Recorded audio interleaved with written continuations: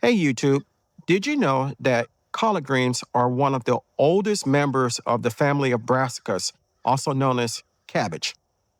They date back over 2,000 years in the area of the Mediterranean. Today, we're going to plant 4 different types of collard greens.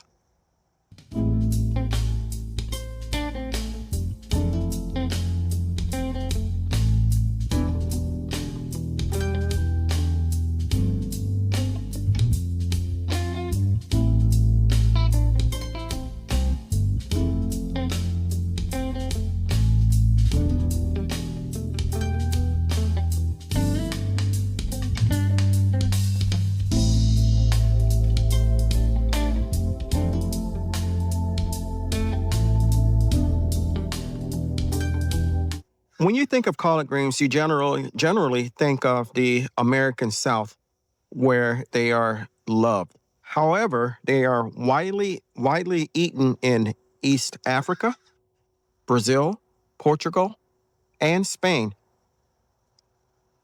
In the American South, collards are considered a New Year's Day food, symbolizing wealth and prosperity, with the greens symbolizing money.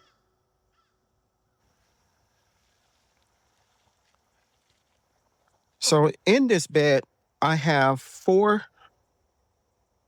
will be planting rather, 4 different types of collards. We have the Alabama blue, we have the purple collard, we have the top bunch collard, and we have the southern collard. I started these inside. They have become very leggy, and it's time for me to put them out. So we're going to try to put all 4 in the same bed and grow them and see the differences in them as they grow. This bed, I recently amended it by adding more soil to it, bone meal, blood meal, and fertilizer. So I have a very small amount of Alabama blue collards, as a matter of fact, just one. So we're going to put this one right here at the end of the bed. We're going to try to plant it deep so that the roots that are the legginess can be amended or accounted for.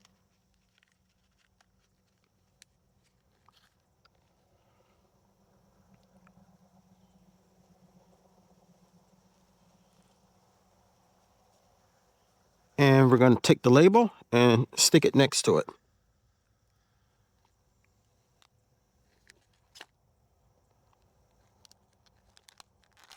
And we have 3 purple collards, so we're going to put them over here.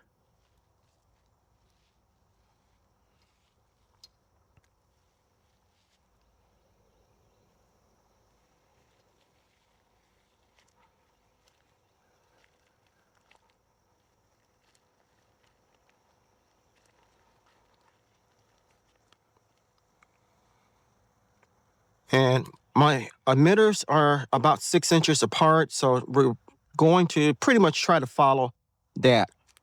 And all I'm doing is popping it out of the cell.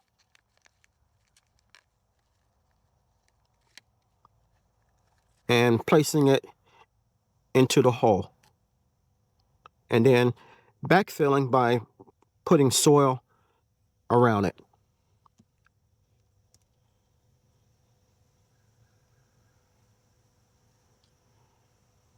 Okay, we're going to put another one here.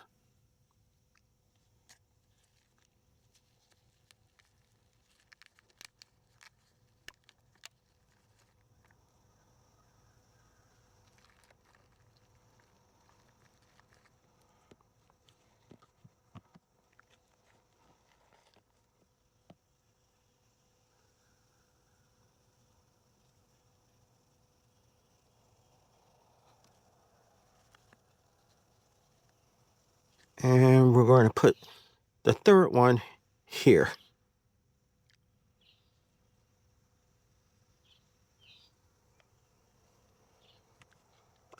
And we'll put the label here. Okay, in these 3 cells, we have Georgia Southerns. And just like with the purple collards, we're just going to dig a hole next to the emitter, pop it out,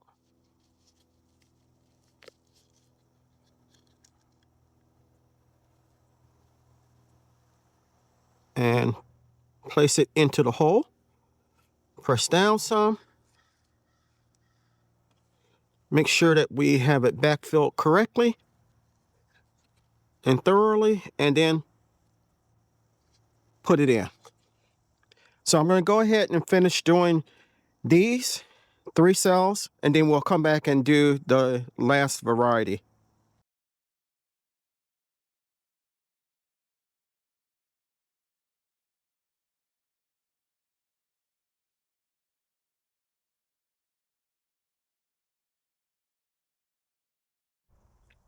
So we have all of them planted in, not only in this bed, but in one side of the U-shaped bed as well.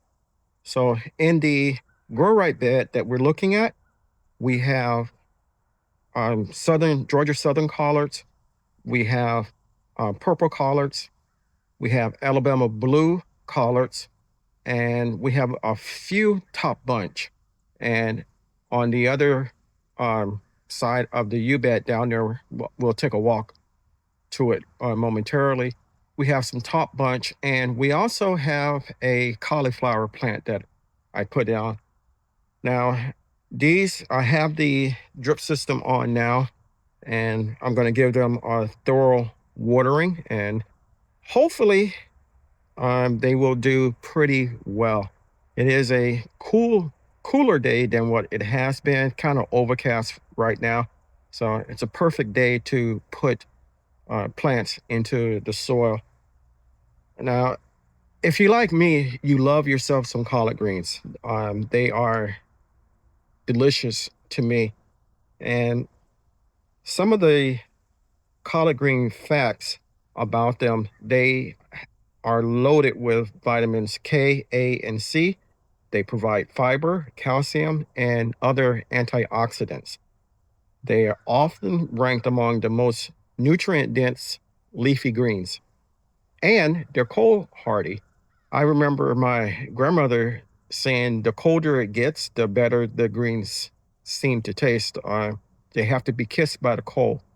And I believe that is actually true. They taste sweeter after a frost since the cold weather converts some of the starches to sugars. And just like with most brassica or leafy green plants, you can have a continuous harvest. So, unlike a cabbage, which forms a head, the collard green leaves, you can just cut the leaves off, and the plant will keep growing as long as you don't remove the center leaves. And the collard greens are pollinator friendly. If you let the plant go to seed, and it will produce bright flowers that pollinators love. So on your right here, we have the top bunch collards. We have 4 plants. And right here, we have the cauliflower. I plan on planting more cauliflower later, or starting more cauliflower, and probably planting more in this bed. So planting collard greens in raised beds offers many advantages for me. I can control the nutrients that I use and make sure that the plants always have a ready supply of nutrients. I don't have to worry about pests or anything like that. And I can also, if necessary, put a covering over them to control the heat factor and also control the insects. I hope that you enjoyed the video. I hope that you like the varieties that I chose to plant. The Georgia Southern It's perhaps the most well-known collard green. Everybody seems to eat them.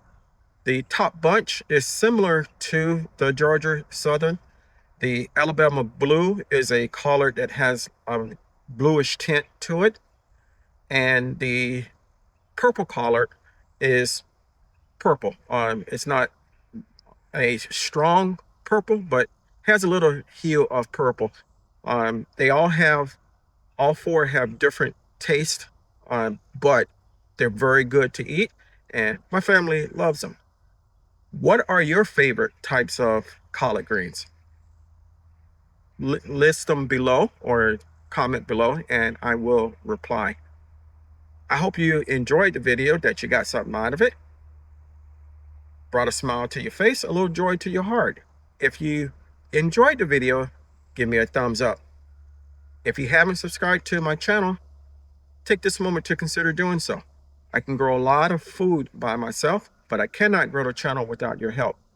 If you do decide to subscribe, don't forget to hit the like button and the notification bell all, so you'll be notified whenever I upload new content. Chances are, if you like my content, your family and friends will also, so it's okay to share. Until next time, always remember to give the thanks to God, for without Him, we are nothing. Stay blessed, stay strong, and grow, grow, grow.